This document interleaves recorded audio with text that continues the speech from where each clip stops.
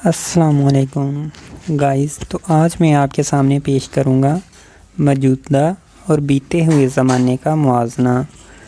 تو کہانی کچھ اس طرح سے شروع ہوتی ہے جسے سننے کے بعد آپ کہیں گے کہ کاش وہ جہالت پھر لوٹ آئے۔ ہم نے جب اپنے معاشرے میں آنکھ کھولی تو ایک خوبصورت جہالت کا سامنا ہوا۔ ہمارا گاؤں سڑک، بجلی اور ٹیلی فون جیسی سہولتوں سے تو محروم تھا، لیکن اطمینان اس قدر تھا جیسے زندگی کی ہر سہولت ہمیں میسر ہو۔ کائنات کی طرف سب سے پہلے خوبصورت چیز جو میسر تھی وہ تھی محبت۔ کوئی غیر نہیں تھا، سب اپنے تھے۔ ننیال کی طرف والے سب مامے، ماسیاں، نانے، نانیاں ہوا کرتی تھیں۔ ددیال کی طرف والے سارے چاچے، چاچیاں، پھوپھیاں، دادے، دادیاں ہوا کرتی تھیں۔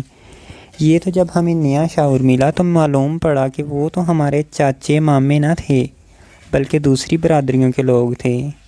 ہمارے بزرگ بڑے جاہل تھے۔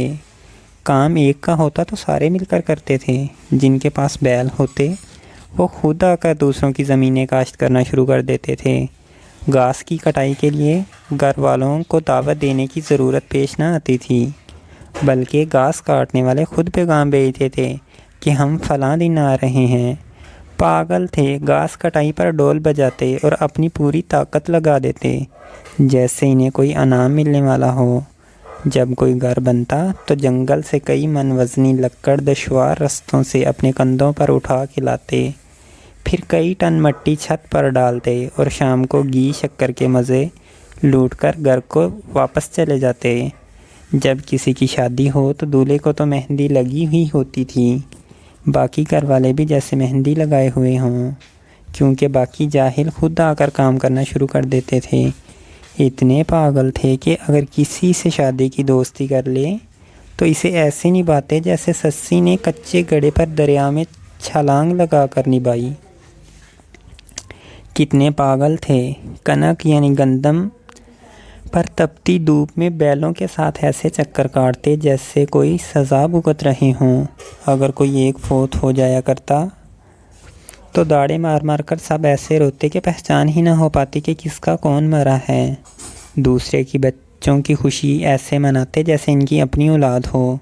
اتنے جاہل تھے کہ جرم اور مقدموں سے تو واقف ہی نہ تھے، لیکن پھر وقت نے کروٹ بدلی اور ایسی بدلی کہ پھر نئی جنریشن کا دور آ گیا، کچھ پڑھی لکھی باشعور جنریشن کا دور، جس نے یہ سمجھنا اور سمجھانا شروع کیا کہ ہم بے شک سارے انسان ہیں، بے شک سب مسلمان بھی ہیں، لیکن ہم میں کچھ فرق ہے جو باقی رہنا بہت ضروری ہے۔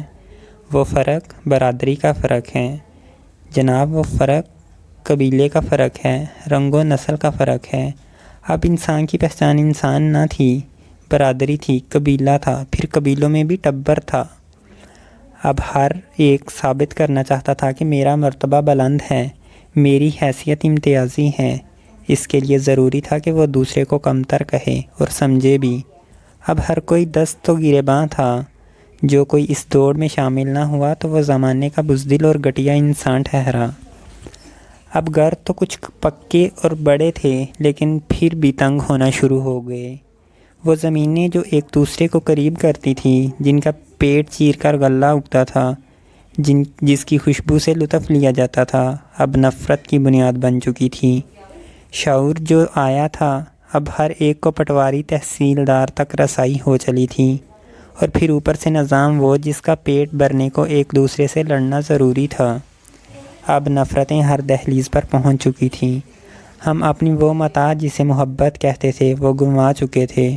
اب انسانیت اور مسلمانیت کا سبق تو زہر لگنے لگا تھا، اب تو خدا بھی ناراض ہو چکا تھا۔ پھر نفرتیں اپنے انجام کو بڑھیں۔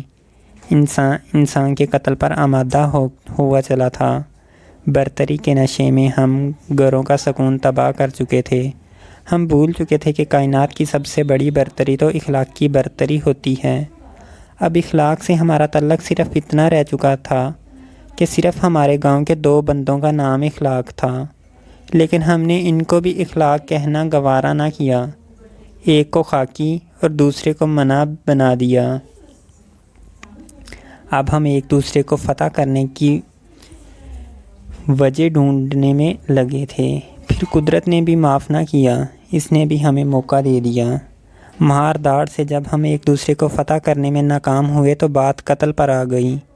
اب ایک تسلسل سے یہ عمل جاری ہے۔ اب تو ہم اخباروں اور ٹی وی کی زینت بھی بن گئے۔ اب شاید ہی کوئی ایسا دن ہوگا جس دن عدالتوں میں ہمارے گاؤں کا کوئی فرد نہ کھڑا ہو۔ FIR اتنی ہو چکی ہے کہ اب ڈھونڈنا پڑتا ہے کہ ہمارے گاؤں کا کوئی ایسا فرد ہے جس پر کوئی کیس نہ ہو۔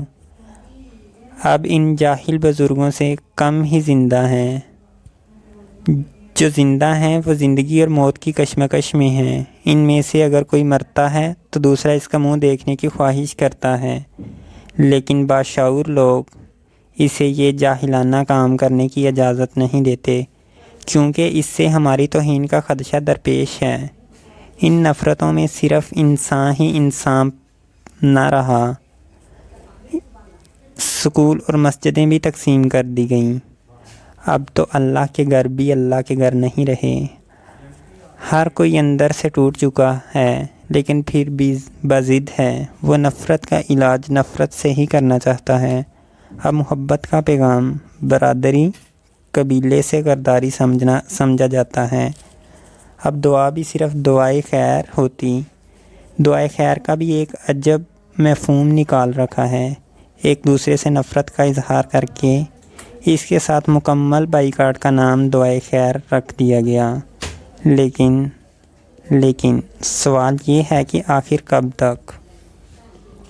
کیا ہی اچھا ہو اگر ہم آج بھی سنبھل جائیں، اپنے اندر کی ساری نفرتیں مٹا کر دوسرے کے حق میں دعا کرنے کی کڑوی گولی کھا لیں، پھر ممکن ہے اللہ بھی معاف فرما دے اور ہم اس نفرت کی آگ سے نکل آئیں، تاکہ کوئی بچہ یتیم نہ ہو سکے، کسی اور کا سہاگ نہ اجڑ سکے، کسی اور کی گود خالی نہ ہو، تاکہ ہم زندگی جیسی قیمتی نعمت کو جی سکیں، اس کائنات کے حسن سے لطف اندوز ہو سکیں، اپنی آنے والی نسلوں کے لیے ایسا ماحول پیدا کر سکیں کہ وہ باشعور عمل و کردار کی ان بلندیوں پر جائے کہ وہ خوبصورت جہالت پھر لوٹ آئے جس نے انسانوں کو اعلیٰ اخلاق کے درجے پر کھڑا کر رکھا تھا۔